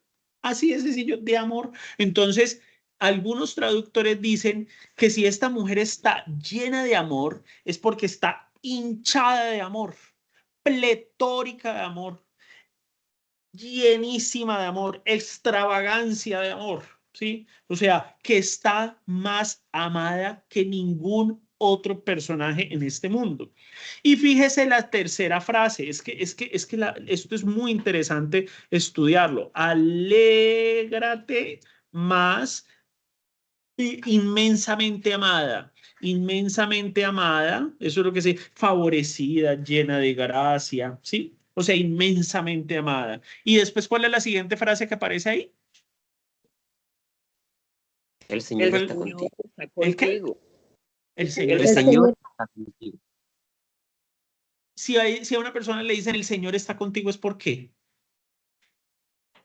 A ver, digamos, usted se encuentra una persona así si usted a una persona le dice alégrate, ¿usted a una persona que está feliz le dice que se alegre? ¿Ah? No. Uh-huh. Si me dice alégrate es porque debe haber algo que está turbando el pensamiento de María, la presencia de María, o sea, su vida. Así es, José. O sea, tiene que haber algo que te está jodiendo. Hay algo que te está Exactamente. jodiendo que yo te tengo que decir, mira, alégrate. Además de que te digo, alégrate porque eres profundamente amada. O sea, profundamente consolada. ¿Sí? Y después le dice, Eso, el Señor está contigo. O sea, ¿qué le está diciendo? que es un privilegio. Que es un Que se sienta privilegio. acompañada y protegida. Si usted le dice a alguien que se debe sentir acompañado y protegido, es porque quizás se siente ¿qué? ¿Es protegida o es consolada? Porque se Debe siente ¿qué? estar libre. Está sola. ¿Por qué qué? Abandonado. Porque la persona siente que está Porque sola, está triste. entonces le Porque dicen, siente "Señor, que está está contigo". sola. No está, exacto, no Que está debe- sola. Está que sola. no Siente- debe sentir miedo. Que no debe sentir miedo. Exacto. No sienta miedo, mi amor. No sienta miedo. Usted no está sola. Usted no está sola. Aquí está el Señor para amarla. Aquí está el Señor para consolarla. Alégrese. Mire que detrás de esa frase hay un contexto. Usted es una hija de Dios. Usted es una hija de Dios. Usted no está sola, mi hija. Entonces, ¿por qué no pensamos este relato en una clave más mística? ¿sí? Si nosotros decimos que Dios habita en nuestro corazón, muy seguramente María se encontraba en silencio, orando, meditando, reflexionando, que eso es lo que va a decir más adelante en el capítulo 2, cuando el niño Jesús está en el templo haciendo sus cositas, dice que María guardaba todas sus cosas en el corazón. O sea, eso de guardar las cosas en el corazón es una frase que encontramos mucho en la literatura sapiencial en el Antiguo Testamento. Son los sabios los que guardan las cosas en el corazón. O sea que María de Nazaret se nos está presentando aquí con características de una mujer sabia, de una mujer que necesita saber en qué consiste la vida, que necesita aprender a vivir como hacen los sabios. Entonces, si le dicen alégrate, es porque muy seguramente se encontrará en un contexto complicado. Si le dicen inmensamente amada, inmensamente, plenamente consolada, es porque se encontrará en una situación que merece una restitución. Y al mismo tiempo le están diciendo, usted no está sola, el Señor está contigo. ¿Qué más compañía que la compañía del Señor? Entonces, mire que esa frase que es tan linda, muy seguramente está escondiendo algo más, está escondiendo algo más profundo. Claro, entonces ya entendimos el verso 29, ya se nos hace más claro el verso 29. Mire, le dice en el verso 29, ella se conturbó, o sea, como que se azaró. Pensemos en esa soledad que ella estaba ahí y dijo, ¿qué es esto que yo estoy sintiendo? ¿Qué es este saludo de este ángel? Entonces mire cómo empieza. El ángel le dijo, ¿qué? Verso 30. ¿Qué le dijo el ángel? Verso 30. No temas, María, No que temas. gozas del favor de Dios. Ajá. En mi versión, tranquilízate. Fíjese, mire que el mismo texto le va dando a usted la pauta. Claro, pues una persona que está abanicándose, imagínese a María de Nazaret así, ay, tan chévere, yo aquí abanicándome, ¿no? El Señor vino aquí. Entonces, ¿qué, Gabriel, cómo te va? No, o sea, pues mire que el texto está muy claro. Entonces, es apenas normal. Entonces, la sacó de una situación, la sacó de su cotidianidad y le dice, hija, no tema, tranquilícese, que Dios está acá. Dios está acá, sí. Ese niño que vas a tener y empieza, digamos, con la historia del niño. Entonces, por eso yo digo, la anunciación lo que nos está escondiendo detrás el relato es una situación muy extraña. Es una situación de una mujer que tiene que entender qué es lo que está ocurriendo. Es una situación de una mujer que a lo mejor está sola. Y si además de eso le agregamos unos pequeños datos exegéticos de tipo arqueológico y antropológico del Mediterráneo de la época, pues mire que el texto no nos dice cuántos años tenía María, pero muy seguramente María era una jovencita. María no era una mujer adulta. María en este relato no tendría 30 años. Algunos se atreven a decir que podría tener unos 12, máximo unos 16, 17 años. María, estamos hablando de una niña que está apenas mirando el mundo, que se encuentra en embarazo, que tiene que entender de qué se trata la vida, que se encuentra desposada por José, pero tiene que entender en lo más profundo qué significa ser una mujer galilea, o sea, del norte de Israel, que además de eso proviene de un pueblo pobre, de un pueblo miserable y arrancado como era el pueblo de Nazaret, que yo ya les he dicho, Nazaret no es un pueblo de riquezas, es un pueblo inmensamente pobre. ¿Qué significa que yo me encuentre en esta situación bajo el gobierno de Herodes, me encuentre embarazada? ¿Sí? Embarazada en una situación, o sea, es porque está ocurriendo. Entonces, por eso el ángel le dice, mira, ese niño será grande, ¿sí? Por eso te tienes que alegrar. O sea, intenta asumir ese proyecto. Y a María le damos el derecho de consultar. ¿Y cómo puede ser posible esto si yo no conozco? ¿No? Si yo no conozco. Algunos dicen si estoy conociendo. Esa traducción no me parece tan acertada, ¿no? Algunos dicen si no vivo, ¿no? Lo cierto es que está diciendo que no está expuesta en el momento de la edad que tiene, no está expuesta a tener relaciones con un hombre, pero era muy normal en la cultura de la época que las niñas se desposaran muy jovencitas. Y ahí mire el relato, ahí no se pierda las palabras. O sea, el Espíritu dice, bajará sobre ti y el Altísimo te cubrirá con su sombra. ¿Sí? El Altísimo te cubrirá con su sombra. Algunos incluso se atreven a decir, algunos incluso que detrás de esto, pues también hay un asunto muy interesante, que es el significado de la palabra Gabriel, ¿no? Gabriel viene del hebreo Geber El, ¿no? Geber El, que significa poder generador de Dios. Eso es lo que significa. Por eso le dice el ángel Geber El, o sea, un ángel que tiene un poder dador de vida, le dice, ese niño viene del Espíritu Santo. Viene el Espíritu Santo. Recuerden que donde hay un ángel está Dios. Donde hay un ángel está Dios, ¿sí? Ay, que es que a mí me han enseñado que los ángeles son seres X, Y, Z. Estamos en el campo bíblico, ¿sí? O sea, donde hay un ángel está Dios, punto. O sea, es el mismísimo Dios diciéndole que su espíritu está gestionando la vida en el interior de María, ¿no? Y fíjese que María aparece ahí un pequeño detalle que es un detalle de síntesis. Verso, y lo voy a poner aquí en este cuadrito que estoy haciendo. Verso 36. El verso 36 dice, ahí tienes a tu pariente Isabel. A pesar de su vejez, ha concebido un hijo. ¿Sí? Ha concebido un hijo, ¿sí? Entonces, mire cómo una anunciación desarrolla a Juan, la otra anunciación desarrolla a Jesús, y las dos anunciaciones se encuentran, o sea, hacen un pequeño nudito en el verso 36. Y si para la estéril de 6 meses se logró, ¿cómo por qué no se lograría para ti, que eres una mujer joven? ¿Sí? Entonces, aparece ahí el detalle, porque para Dios, eso es una frase que proviene de Génesis 18, no hay tiempo para analizarlo, para Dios no hay nada imposible, ¿no? Y mire, aquí viene el detalle del Génesis, verso 38. He aquí la esclava del Señor, miren su traducción, díganme qué aparece su traducción. La mía dice, cúmplase, no me gusta mi traducción, cúmplase en mí como has dicho. ¿Cómo dicen sus traducciones? Verso 38. Yo soy la esclava del Señor. Ajá. Y después, Tu palabra en mí. cúmplase también. Sí. ¿No hay otra traducción que tenga otra palabrita? Aquí está la esclava del Señor, que me suceda como Yo tú soy dices. la esclava del Señor, que se cumple en mí tu palabra.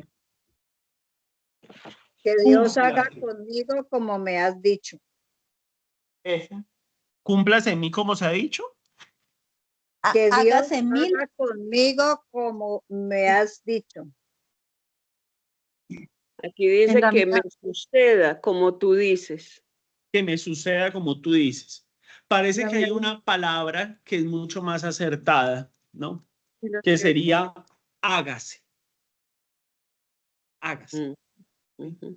Esa palabra de pronto es más acertada. Si en sus traducciones está, esa palabra sería un poquito más acertada. Porque claro, cúmplase nos lleva a la promesa, ¿sí? A la promesa de la descendencia. Pero para otros... Hágase en mí según tu palabra. Ajá, hágase, exacto, hágase, va más hacia atrás. Cúmplase, le repito, nos recuerda la promesa, ¿sí? La promesa de la descendencia. Pero algunos dicen que eso no es cúmplase, que eso es un hágase. Si es un hágase, esa palabra hágase, ¿dónde la han escuchado antes? ¿En qué relatos? En el Génesis. En el Génesis, hágase la luz, hágase los pajaritos, hágase la vida, hágase el hombre, hágase la mujer. Hágase es una palabra que proviene de Dios y que indica que toda la vida se encuentra en proceso de armonización. En este caso, el hágase no viene de Dios, viene de María misma, ¿sí? Que luego de hablar con el ángel, toda la fuerza del ángel pasa hacia ella y ya sería el hágase, pero el hágase del Génesis en el interior de ella, ¿sí? Cúmplase o hágase, cualquiera de las dos, para mí hágase. Me parece que hágase es mucho más acertada, ¿sí? Entonces, mire tan bonito, las dos anunciaciones se desprenden y aparecen amarradas en el verso 36. Bueno, muy bien. Ahora miremos la escena siguiente. Miremos la escena siguiente. Verso 39 al 45. ¿Quién lo lee?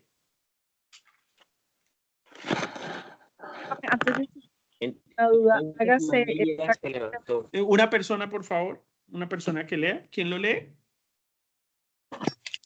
Entonces María se levantó y se dirigió apresuradamente a la serranía, a un pueblo de Judea. Entró en casa de Zacarías y saludó a Isabel. Cuando Isabel oyó el saludo de María, la criatura dio un salto en su vientre. Isabel, llena del Espíritu Santo, exclamó con voz fuerte: Bendita tú entre las mujeres y bendito el fruto de tu vientre. ¿Quién soy yo para que me visite la madre de mi Señor? Mira, en cuanto tu saludo llegó a mis oídos, y la criatura dio un salto de gozo en mi vientre. Dichosa tú que creíste, porque se cumplirá lo que el Señor te anunció. Muy bien, excelente. Entonces ahí tenemos 1:39, donde María, ¿qué va a hacer María? María visita a Isabel, ¿sí o no? Y se encuentran, Señor, los niños desde la matriz. O sea, mire que el relato tiene sentido. El verso 36 junta las anunciaciones. Y después de juntar las anunciaciones, ya en el plano histórico junta las historias y hace que las dos se encuentren, ¿sí? Hacen que las dos se encuentren. Ese detalle es muy interesante, o sea, le da continuidad al verso 36, ¿no?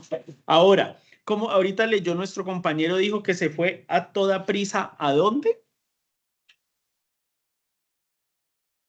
a la serranía. A la serranía. Algunos tienen una traducción distinta. A un pueblo de la Judea. montaña. A la montaña. Oiga, nunca le hemos prestado atención a eso, ¿no? O sea, María en este momento ya estaba en embarazo y María se fue a una montaña, a un pueblo de Judea. Yo me acuerdo que la primera vez que yo leí este texto con un grupo de niños, a mí me encantó la mariología que surgió porque hubo un niño que dijo, ay, entonces la mamá de Jesús era alpinista. Me pareció tan lindo eso. María alpinista, María que sube la montaña.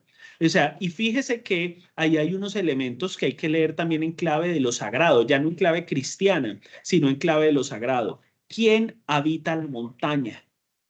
La montaña la habita Dios.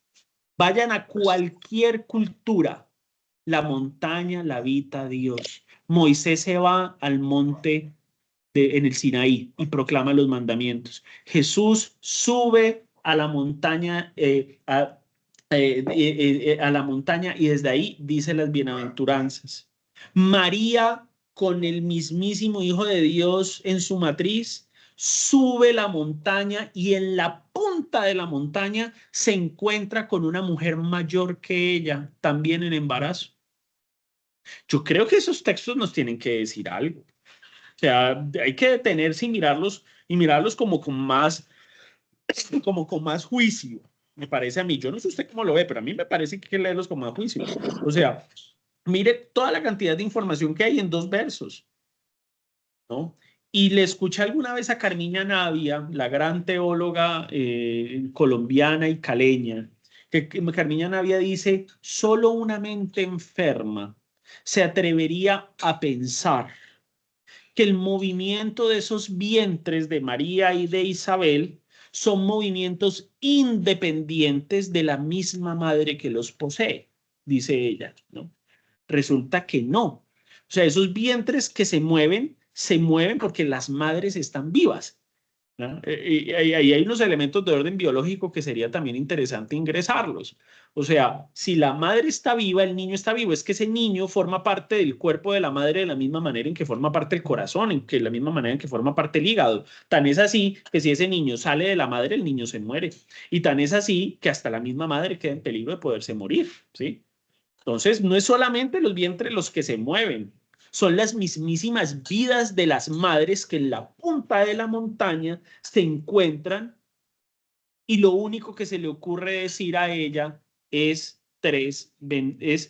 la bendición. Le dice, bendita tú entre las mujeres y bendito ese fruto, ¿sí? No dice, oh bendito ese fruto, también bendito ese fruto, no. Le está diciendo, y bendito ese fruto. O sea, ¿quién dice, o sea, quién soy yo para que la madre de mi Señor venga a visitarme, ¿no? Bendita tú. Más adelante le dice, feliz tú, ¿no? Bendita tú, feliz tú. Interesante poder leer, digamos, las tradiciones proféticas que se mezclan aquí con algunas tradiciones deuteronómicas que también aparecen, digamos, en juego por acá. Mire que aquí aparece otro detalle interesante. ¿Listo? Fíjese, ahora vamos a leer el capítulo 1, capítulo 1, versos 46 al 56, ¿sí? Que ese relato hasta le hemos puesto nombre, pero no nos hemos detenido a ver bien qué significa. ¿Quién lo quiere leer? Versículos 1, 46 al 56. ¿Quién lo quiere leer?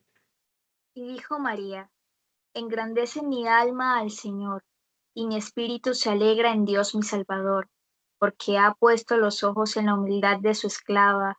Por eso desde ahora todas las generaciones me llamarán bienaventurada, porque ha hecho en mi favor maravillas el poderoso, santo es su nombre, y su misericordia alcanza de generación en generación a los que le temen.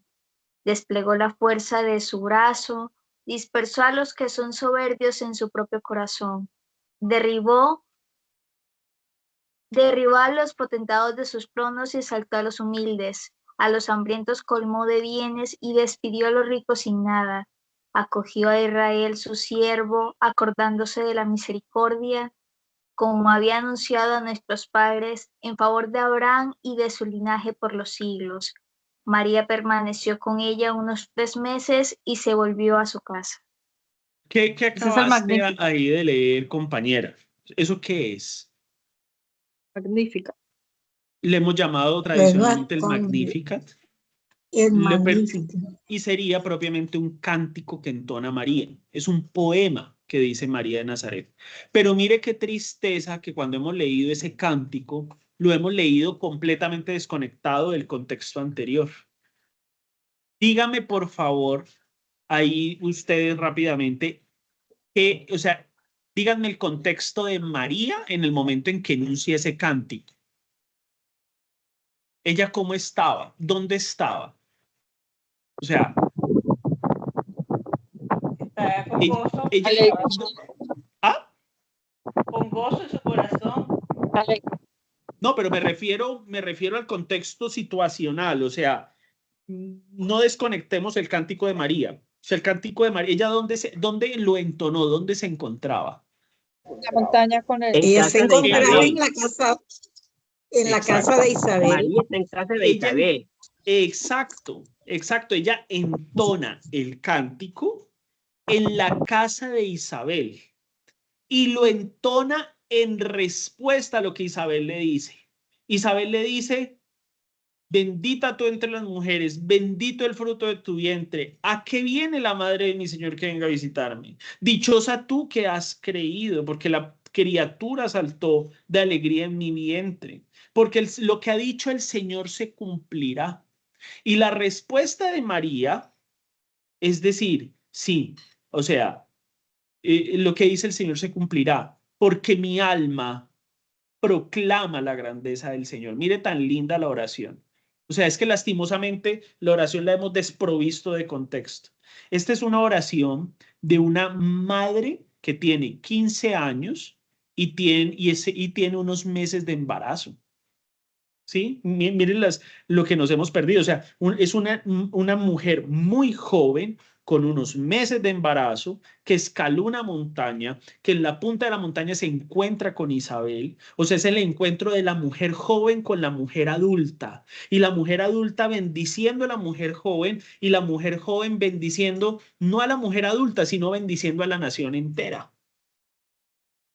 O sea, yo no sé si ustedes alcanzan a captar la grandeza de lo que yo les estoy diciendo. O sea, esto es muy profundo. Entonces, cada uno dice, ay, el cántico de María, el Magnificat. Hombre, pero María lo está diciendo embarazadita, lo está diciendo jovencita, lo está diciendo en respuesta a Isabel, le está hablando a una mujer anciana. O sea, es un encuentro de sabias lo que se está dando en esa casa. A diferencia de lo que ocurre en el templo con Zacarías, esto ocurre en la casa con Isabel y con María. ¿Sí ve cómo se van entrecruzando las historias?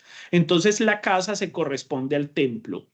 Y fíjese también los elementos del Magnificat. Le cuento una anécdota política.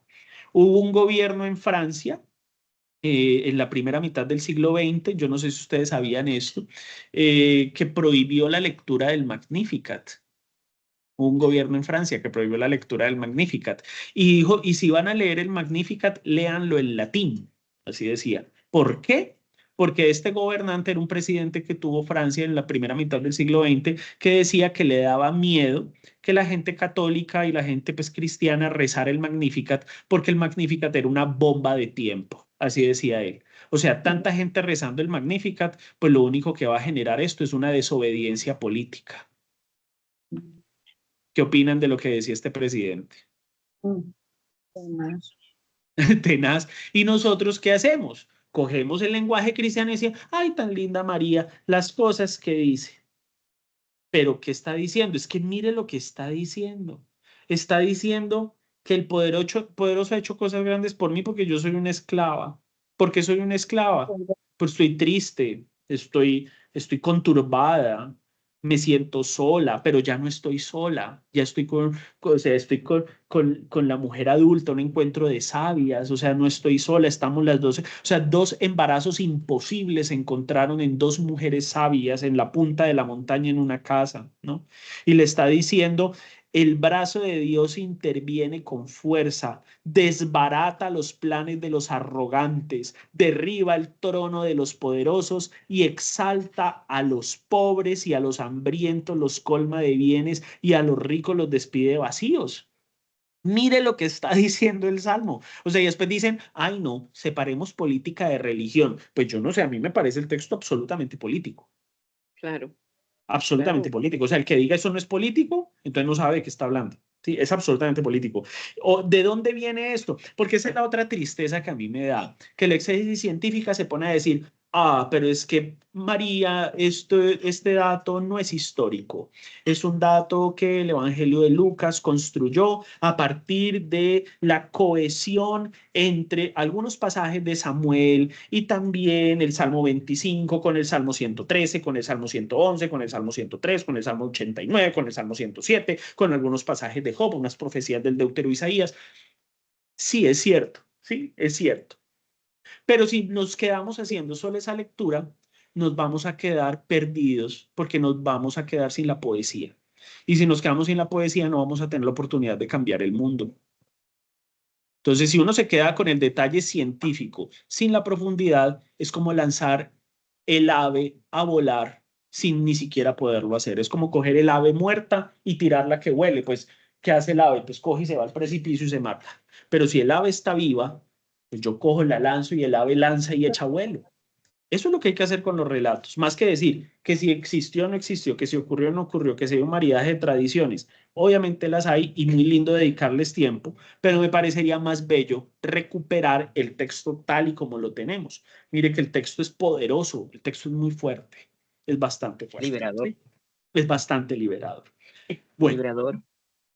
Es muy bello. Y también rescatador, ¿cierto? Yo voy a decir que es rescatador porque Isabel en su vejez no podía tener un niño y esto de cierta manera la relegaba en la sociedad. Entonces allí también en ese momento Isabel está siendo también rescatada. Así es, o sea, ella también está siendo rescatada. Y pues a mí me da mucha pena, me disculpan, yo solamente voy a ser descriptivo, ya cada quien toma sus propias decisiones. La esterilidad de Isabel es algo negativo. Y esto se contrapone con la virginidad de María. Por eso yo insisto, los textos bíblicos, ya después la lectura que haga la tradición más adelante, pues también será bella e interesante, pero los textos, al menos como los tenemos ahí, nos están indicando que la virginidad de María no necesariamente es algo positivo. Recuerden que estamos en una cultura oriental, donde la obligación de una mujer para poder ser plena es ser madre. Y si usted no es madre, no es plena. Y sin embargo, a una estéril se le promete la maternidad y a una virgen no se le promete la maternidad. A esa virgen le están diciendo que ese hijo es el mismísimo Dios dentro de ella. Eso es distinto. Pero no se le está prometiendo maternidad a María. Se le está prometiendo maternidad a Isabel. ¿Sí? Esa escena nos recuerda a quién. Por ejemplo, a Ana, a la mamá de Samuel, ¿sí? Que estaba en el templo y que el Caná la amaba, ¿sí? Profundamente. Entonces, muy seguramente todos estos relatos se encuentran en uno solo.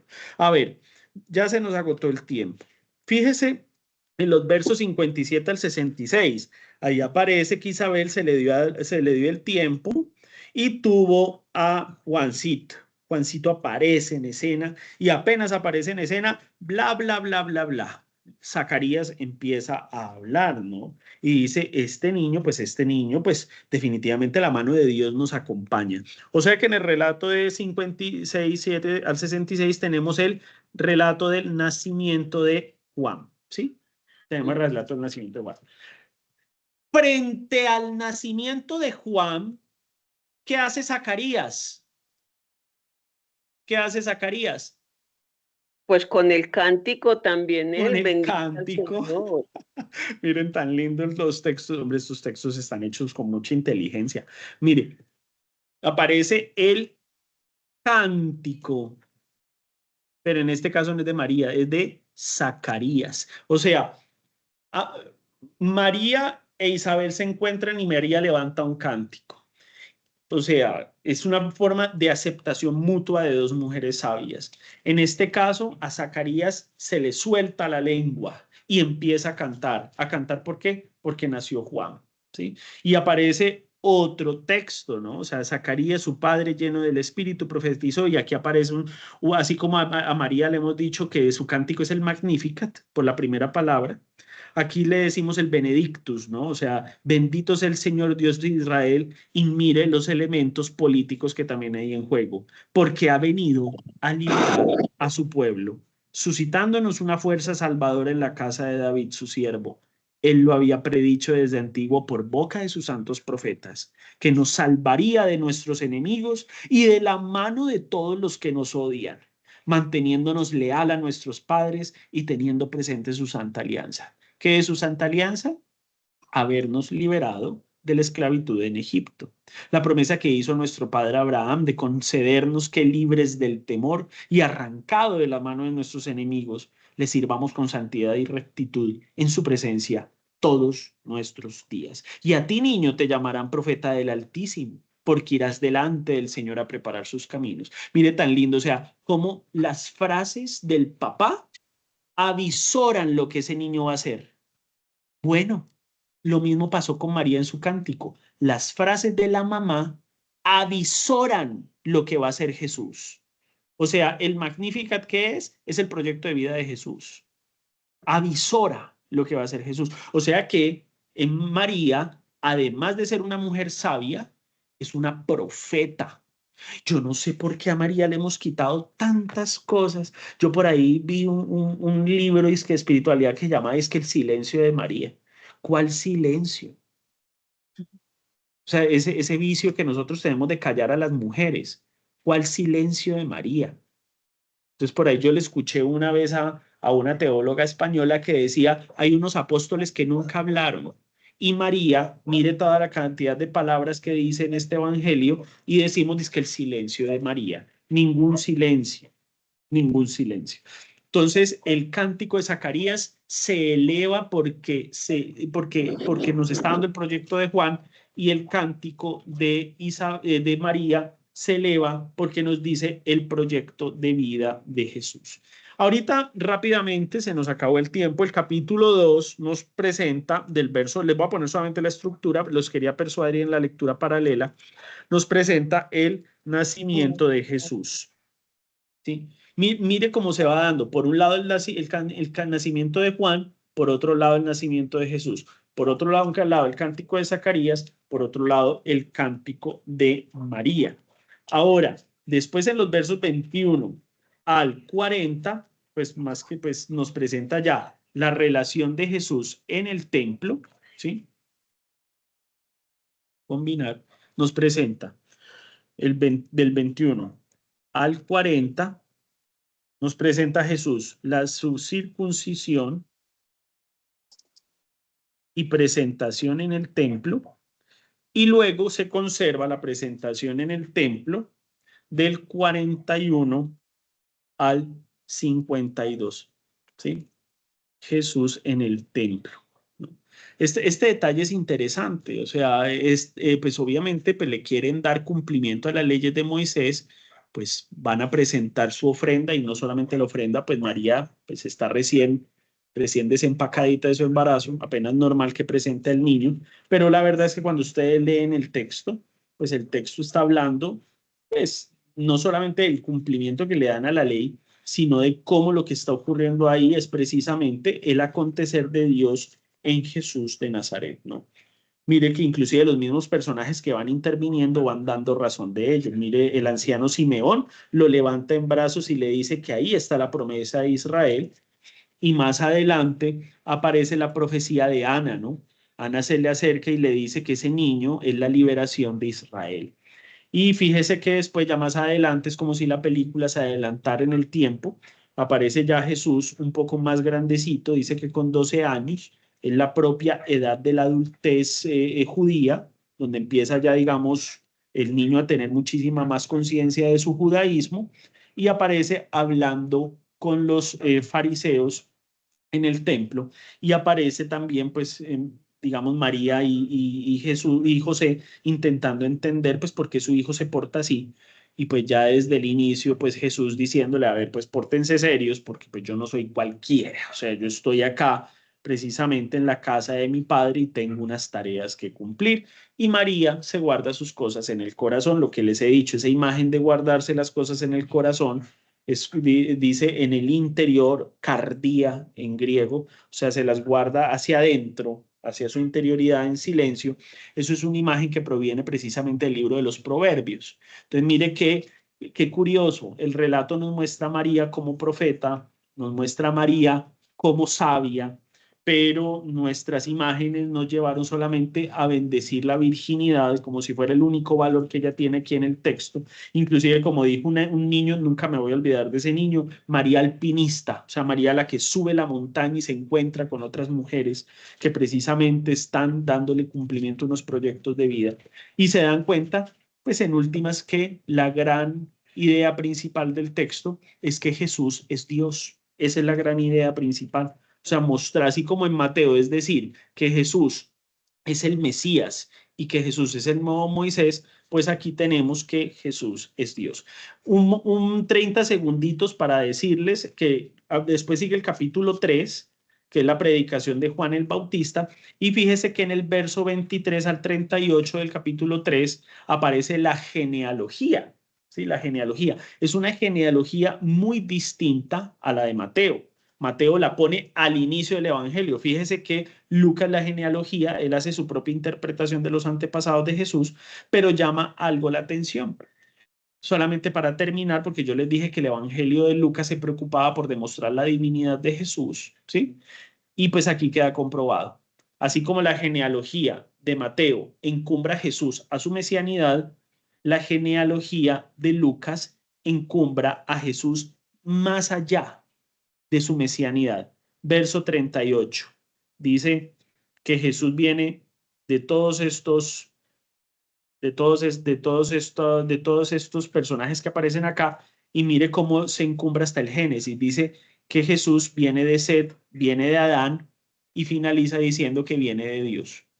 Ahí aparece en el verso 38. O sea, ¿quién es Jesús? Pues Jesús no solamente viene de la casa de David, sino que viene de la mismísima eternidad del Padre. Bueno, yo les estoy persuadiendo, les hice ese grafiquito para que ustedes miren la intencionalidad literaria de Lucas. Eso se llama estilo paralelo. O sea, Lucas le cuenta varias escenas, se las pone en paralelo y se las va trenzando. Se las va trenzando unas a otras con unas intencionalidades teológicas muy interesantes. Y cómo aparece, digamos, esto en el centro, ¿no? Empiezan con 2 anunciaciones, las 2 anunciaciones se trenzan en el encuentro de las mujeres sabias y luego se vuelven y sueltan la trenza para mostrar los cánticos, los nacimientos y después para mostrar cómo ese niño se encuentra respaldado por el mismísimo Dios que acontece en el templo. Bueno, me perdona, me le robé 8 minutos, pero pues antes fue que pues alcanzamos a darle más o menos la pincelada a los relatos para que después ustedes hagan su lectura libre de los textos. Bueno, Manuel no sé, David, ¿alguna Manuel pregunta, David, alguna cuestión? Dime. Manuel David, en este caso yo creo que también hay que hablar de otra manera. No digas, no deberías decirnos, perdóname, le robé 8 minutos, sino agradezca, Nos le regaló. regalé 8 minutos, No, le no, no, no. regalé 8 Es que usted, minutos. es que antes que yo digo pues No, que qué porque, pena porque ustedes tienen sus no, tiempos y no les pregunté.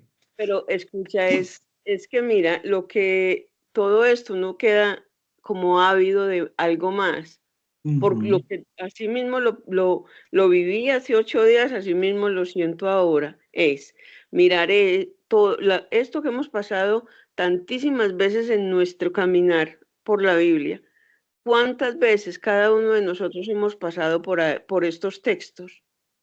Y sin embargo, no, o sea, se encontraron cosas completamente nuevas y con ese lenguaje que manejas tan facilito, que no se va a olvidar, ya se van a ver las cosas de otra manera, a pesar de que uno tenga 20, 30, 40, 80 años, igual estamos aprendiendo a mirar de otra manera. Sí, siempre, Y eso, siempre. gracias a ti, muchísimas gracias, muchas gracias y que el Señor te bendiga y te proteja siempre.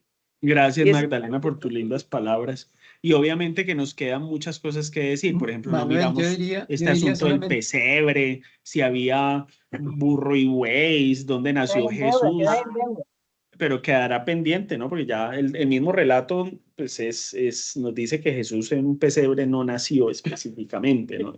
Eso sería interesante revisarlo, pero bueno, será motivo de otra escuela. Por ahora simplemente era como presentarles el esquema literario, algunas intenciones teológicas que de pronto se nos pierden de vista, ¿no? Gracias, Magdalena. Buenas noches y gracias. Manuel, yo diría solamente 2 cositas muy corticas, muy puntuales. Es que si Claro. no analizamos el Magnífica, nunca llegaremos a conocer a María. Eso por una parte. Y en unos 60 es muy llamativo el hecho que sea Isabel quien da el nombre de Juan, y eso también significa muchísimo, una mujer dar el nombre a su hijo. Claro, y como este evangelio es menos judío que el anterior, entonces no tiene problema en darle más protagonismo a las mujeres. Claro que sí. Por eso se nos quedan muchas cosas en el tintero que no alcanzamos a abordar, entre esas que dice Norberto, ¿no? Bueno, ¿qué más por ahí? Como, no sé si otra preguntita, alguna otra cuestión. Manuel, no creí yo cuando te acompañaba hace mucho tiempo aquí en Fusimaña, donde estoy, que tú ibas a llegar a ser un gran biblista y con las capacidades con que relatas y expresas el contenido profundo de estos textos. Te felicito y espero que nos sigamos encontrando en esta misión que tenemos de proyectar lo que tenemos para que la palabra de Dios sea más comprendida y mejor interpretada. Así será, Pedrito, y gracias por tus lindas palabras. Y les doy un poquito de contexto. Lo que pasa es que Pedro a mí me conoció muy niño, porque hace muchos años yo entré a la congregación y fui seminarista de los claretianos, y uno de mis maestros del seminario pues fue Pedrito, y vivimos ahí en la casa donde está Pedro en este momento en Fusimaña. Hace 25 años no voy a Fusimaña, Pedro, no sé cómo estará la casa. Pues yo tenía en esa época 16, 17, 18 años, ahorita estoy pasado ya de edad. Y aquí nos encontramos, ni más faltaba, Pedro y yo nos volvemos a encontrar en estos lares. Claro que sí, Pedrito, te agradezco mucho por esos recuerdos y esas reminiscencias. Y ahí seguimos en el camino todos juntos. Muy bien. Bueno. Bueno, entonces, pues ya todo lo dijeron. Si nos ponemos a decir, Manuel, que Manuel y yo cuando nos conocimos, entonces no que no hagamos cuentas. Yo tengo una pregunta más, pero no me podría quedar con ella. No, tranquilo. Cuando se dice hágase, hágase es una acción que es un verbo, entonces estamos hablando del consentimiento de hacerse verbo en ella, Sí, de lo que concebir. es muy lindo porque lo que decíamos que en el Génesis el hágase es del Padre, ¿no? Hágase la luz, hágase, sí, hágase, hágase, hágase, hágase. Y veíamos que algunas traducciones dicen cúmplase y otras hágase. Cualquiera de las dos está bien, pero el hágase, el cúmplase lo lleva a uno a la promesa de Abraham, pero el hágase lo lleva a uno a la creación de Dios. Entonces llama la atención cómo esa misma palabra que estuvo en Dios ahorita está en la boca de María para dar un consentimiento. O sea, el hágase de María es como si Dios se metiera dentro de ella, ¿sí? O sea, y le diera inicio a todo ese plan creador y salvífico, ¿no? Eso pasa en más de un texto de la Biblia. Es como lo que ocurre cuando Dios le habla a Moisés en la zarza ardiendo. Fíjese que Moisés va a tocar la zarza y le dice que la zarza no lo quema. Claro, es que la zarza está dentro de él, ¿sí? Y fíjese que todas las palabras que aparecen en Dios después aparecen en Moisés. Dice, he oído al pueblo, he bajado a liberarlo. Y después dice Moisés, porque yo vi a mi pueblo, yo fui a liberarlo. O sea, es como si Dios se metiera dentro de Moisés para poder hacer Moisés su gesta liberadora. Entonces lo mismo pasa aquí con María. Es como si Dios se metiera dentro de María y le diera las mismas palabras y le dijera, es que todo lo que está ocurriendo en tu interior es un nuevo Génesis. Es un nuevo inicio, es un nuevo comienzo. A mí me parece que esto es muy bello, esto es impresionantemente bello y lleno de significado. No lo alcanzaríamos a digerir en una noche y en menos en 5 minutos, ¿no? Esto es como para hacerle digestión en el transcurso del tiempo que nos quede. Muchísimas gracias. Me voy, como siempre, muy complacida, muy contenta y espero tener la oportunidad de volverte a escuchar en otras ponencias. Mil y mil gracias. Claro, Y como claro que Gracias, sí. lo mismo para ti. claretiano que nos falta. Gracias a Dios. Con ayuda de Dios lo vamos a tener en el próximo año. Aquí va a quedar grabado Manuel David Gómez Erazo de a ver si nos va a acompañar con el tema que inicialmente teníamos, que era sapienciales. Entonces, como tuvimos que hacer ese cambio, entonces Manuel, a ver si nos puede deleitar también ahorita a inicio del nivel con las 2, 3 clases que tengamos de sapienciales. Entonces, cerramos con Manuel y con ayuda de Dios en el próximo nivel, que iniciamos el tercer nivel, ya en el 2026, a ver si Manuel nos puede acompañar con los libros sapienciales en el próximo. Sí, sí, sí, con tiempo lo Pues, organizamos. claro que sí, Manuel. Vendría a ser inicio del tercer nivel, más o menos entre final de enero y principio de febrero. Ahí yo Listo. ya te estaría dando las fechas de inicio. Entonces, un aplauso para mi Manuel, que me Bueno, encantó todo cuídense. este encuentro, este contexto de verdad. Y lo que más nos agrada que hoy prácticamente se cerró el nivel. Digamos, se cierra con esta clase de Manuel. Fue un cierre magnífico. Muchas felicitaciones y gracias a todos los participantes porque eso hace de que podamos continuar. Les repito, vamos a estar, si Dios quiere, el 3 y el 4 con el padre Agustín. Yo les estaré enviando el enlace y vamos pues como a cerrar ya prácticamente hoy con nosotros, pero como yo no puedo intervenir en la del 3 y el 4, porque eso viene con otro enlace de la universidad, entonces de una vez les dice, sí, ahí dice Taijanet, cerramos con broche de oro. De verdad que sí, muchas gracias Manuel, muchas gracias Mucho a cariño. todos, con mucho cariño de nuestra parte para ti también Manuel. Entonces les doy las gracias y por ahí de hecho les digo que encendamos la cámara con una risa hoy de felicidad, porque hoy sí vamos a cerrar todito eso. Así Maribel, ríase pues a ver y Marisol. Ay, la Isa como se Haga que mi cámara se organiza. encienda, Adriana, Haga que haga la que mi cámara cámara se se entienda. encienda. Y la Es risa, que risa ya mía que es de nervios, ¿cómo hago? vamos a Arriba la mirar latencia. Ana Esther, de pronto lo de la cámara suya, acuerde que es ya algo de su celular, del aparato, de su equipo, entonces no sabemos que cómo se enciende. Sin embargo, vamos a tratar. Entonces voy a tratar acá en el momento de tomarle a estas, María Cecilia y Marisol, se volvió a salir Marisol, para que estemos pues nuestras caritas, eso así, para que tengamos ese primer pose, digamos esa primera, qué bonito, si estamos listas, qué bueno,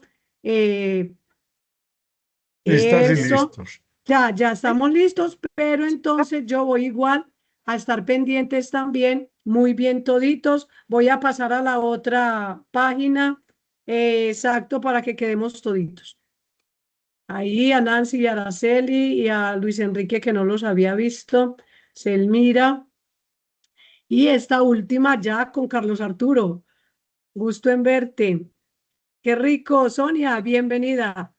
Entonces ahí todos, María Cecilia, estamos, claro, qué rico. Háganle pues así como que estamos contentos, a ver, eso. Bueno, Marlene y Zuli se abrieron pantalla, entonces las cámaras, entonces nuevamente me despido de Señor todos. Norberto, que se ría. Chao. Recuerden que no es un adiós, sino un hasta luego. ¿Listo? Dentro de 8 Padre días, si Dios César, quiere, ya nos acompañamos vemos. 2 minuticos, Adriana. 2 días. Recuerden, dentro de 2 días, dentro de 8 días es el 3 y el 4, no se nos olvide.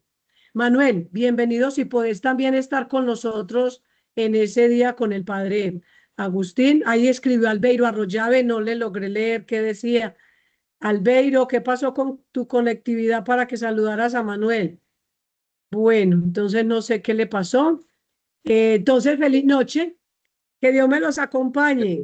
Se me cuidan mucho. Cecilia, cuídense. Gracias, Abraham, muchas Adriana. gracias por la Feliz oración. noche. Chao. Feliz noche. Se me cuidan bastante. No se les olvide. Así no estemos con la de ahora 8 días, pero seguimos ahí. ¿Vale? Vamos a seguir de 3 y 4.